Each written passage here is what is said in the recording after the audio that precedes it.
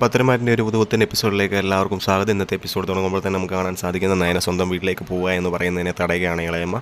ഇളയമ്മ പറയുന്നുണ്ട്, ആദർശ് എന്ത് പറഞ്ഞെന്ന് പറഞ്ഞാലും ഉള്ളിൻ്റെ ഉള്ളിൽ സ്നേഹമുണ്ടാവും. അമ്മയെ തള്ളിൽ പറയാൻ പറ്റാത്തതുകൊണ്ട് ആദർശ് അങ്ങനെയൊക്കെ പറയുന്നതായിരിക്കും. അല്ലാതൊന്നുമല്ല, മോൾ സങ്കടപ്പെടുമെന്നും വേണ്ട. എത്രയായാലും ഈ വീടിൻ്റെ എല്ലാ കാര്യങ്ങളും മുകളിലേക്ക് എത്തിച്ചേരാൻ പോവുകയാണ്. ഈ വീട് ഇനിയും ശ്രദ്ധിക്കേണ്ടത് മോളാണ്. അതായത് താമസിക്കാതെ എല്ലാ കാര്യങ്ങളും മുകളിലേക്ക് എത്തും. അതുകൊണ്ട് ഇനി മോള് അങ്ങനെയൊന്നും ചിന്തിക്കേണ്ട എന്ന് പറയുന്നു. മോള് വിഷമിക്കാതെ ഇരിക്കും, സങ്കടപ്പെടേണ്ട കാര്യമൊന്നുമില്ല, എല്ലാം നേരെയാകും.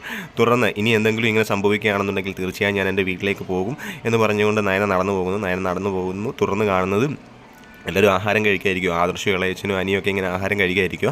അവിടേക്ക് നയന വരുന്നു. അപ്പോൾ നയനോട് പറയുന്നുണ്ട് ആദർശ് ആഹാരം കഴിക്കാനിരിക്കാൻ.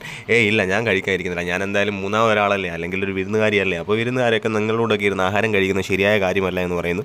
അപ്പോൾ ആദർശിന് എന്തൊക്കെയോ സംശയം തോന്നുന്നുണ്ട്. ഇനി അമ്മയെ ആദർശോട് സംസാരിക്കുന്നത് കേട്ടോ എന്നുള്ളതിനെക്കുറിച്ചൊക്കെ സംശയം തോന്നുന്നു. തുടർന്ന് ഇളയച്ചൻ പറയുന്നുണ്ട്, ആരാ മോളെ അങ്ങനെ പറഞ്ഞത്? മോൾ ഈ വീട്ടിലെ ഒരാളല്ലേ, അങ്ങനെ ആരെങ്കിലും പറഞ്ഞാൽ അവർക്ക് അടിയുടെ കുറവാണ്.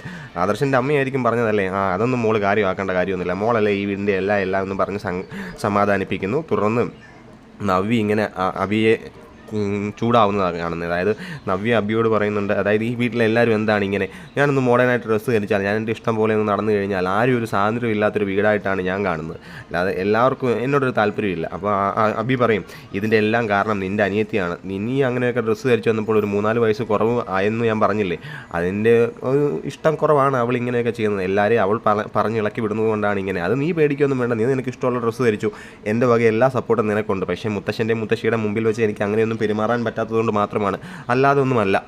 അപ്പോൾ എങ്ങനെയെങ്കിലുമൊക്കെ അവളെ അവിടുന്ന് പുറത്താക്കാനുള്ള മാർഗ്ഗം നോക്കിയാണ് അബി ഓരോന്നൊക്കെ പറഞ്ഞ് ഇങ്ങനെ എരിയേറ്റി വിടുക.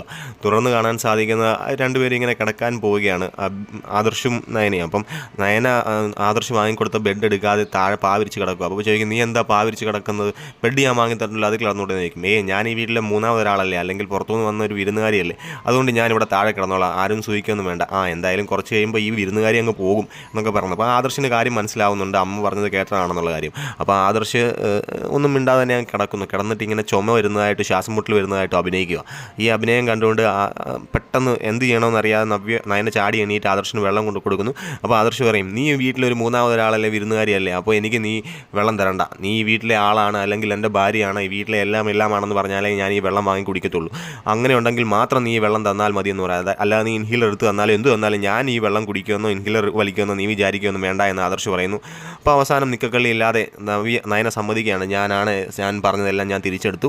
ആദർശേട്ടൻ വെള്ളം കുടിക്കാൻ പറയുന്നു. ആദർശ് വെള്ളം വാങ്ങി കുടിക്കുന്നു. തുടർന്ന് ആദർശ് പറയുന്നുണ്ട്, ഞാൻ അമ്മയോട് എന്തെങ്കിലും പറഞ്ഞിട്ടുണ്ടെങ്കിൽ അത് എനിക്ക് നിന്നെ പറ്റിയുള്ള ഇതുകൊണ്ടല്ല, അമ്മ എനിക്ക് തെള്ളി പറയാൻ പറ്റാത്തത് കൊണ്ടാണ്. അപ്പോൾ നിന്നോട് എനിക്ക് ഉള്ളിനുള്ളിൽ സ്നേഹമുണ്ട് എന്ന് ആദർശ് പറയാതെ തന്നെ പറയുന്നതായിട്ട് നമുക്ക് കാണാൻ സാധിക്കുന്നുണ്ട്. തുടർന്ന് നമുക്ക് കാണുന്നത് ആദർശ് പിറ്റേ ദിവസം രാവിലെ ഓഫീസിലെത്തുമ്പോൾ അബി അവിടെ വരച്ച ഡിസൈനും കൊണ്ട് വരുന്നു. അപ്പം ആദർശിന് ആ ഡിസൈൻ ഇഷ്ടപ്പെടുന്നുണ്ട്. പക്ഷേ ആദർശ് പറയും, ഞാനല്ല ഡിസൈനെ പറ്റി തീരുമാനിക്കേണ്ടത്, ഡിസൈൻ തീരുമാനിക്കേണ്ട ക്ലയൻസ് വന്നിട്ടുണ്ട്, അവരെ കൊണ്ട് കാണിക്കാമെന്ന് പറയുന്നു. 3 പേരുടെ ക്ലയൻസിനെ കൊണ്ട് കാണിക്കാൻ പോവുകയാണ്. കാണിച്ച് കഴിയുമ്പോൾ ക്ലയൻറ്റ് പറയുന്നുണ്ട്, ഈ ഡിസൈൻ ഞങ്ങൾക്ക് ഇഷ്ടപ്പെടുന്നില്ല, കാരണം ഞങ്ങൾ ഉദ്ദേശിച്ച നോർമലായി സാധാരണക്കാർക്ക് ഇഷ്ടപ്പെടുന്ന ഡിസൈനാണ്. അപ്പോൾ ഈ ഡിസൈൻ പോരാ എന്ന് പറഞ്ഞിട്ട് നിങ്ങൾ വേറെ വരയ്ക്കൂ അല്ലെങ്കിൽ വേറെ റെഡിയാക്കൂ എന്ന് പറഞ്ഞിട്ട് നേരെ ക്ലയൻസ് അങ്ങ് ഇറങ്ങി പോവുകയാണ്. അപ്പോൾ ആദർശ് പറയുന്നുണ്ട്, കൊള്ളാം, നിന്നെ ആദ്യമേ ഏൽപ്പിച്ചത് തന്നെ പരാജയമായല്ലോ എന്ന് പറഞ്ഞ് ആദർശ് അബിയോട് ചൂടാവുന്നു. തുടർന്ന് നീയും നയനയൊക്കെ ഇതിലാണ് വ്യത്യസ്തയാകുന്നത്, നയനയുടെ കഴിവുകൾ ഇതാണ് ഞാൻ പുകഴ്ത്തുന്നത്. കാരണം അവൾ ഒരു കാര്യം കേട്ട് കഴിഞ്ഞാൽ എന്താണ് ചെയ്യേണ്ടതെന്ന് ക്ലയൻറ്റിൻ്റെ മനസ്സിലിരിക്കുന്നത് അവൾ ഇവിടെ വരച്ച് പേപ്പറിൽ വെക്കും, അതുകൊണ്ടാണ്. അപ്പോൾ നിന്നെ കൊണ്ടൊന്നും ഇത് പറ്റത്തില്ലെന്ന് പറയുന്നു. അപ്പോൾ പറയുന്നു, ഇനിയും ഞാനിത് തോറ്റുമാറാൻ ശ്രമിക്കുന്നില്ല, ഞാൻ തീർച്ചയായും ഇതിൽ കൂടുതൽ ഡിസൈൻ വരച്ചുകൊണ്ട് വരുമെന്ന് കാണിച്ചുകൊണ്ടാണ് ഇന്നത്തെ എപ്പിസോഡ് അവസാനിക്കുന്നത്. അപ്പോൾ ഇതുപോലുള്ള പുതുപുത്തൻ എപ്പിസോഡുകളായി നമ്മുടെ ചാനൽ സബ്സ്ക്രൈബ് ചെയ്യുക.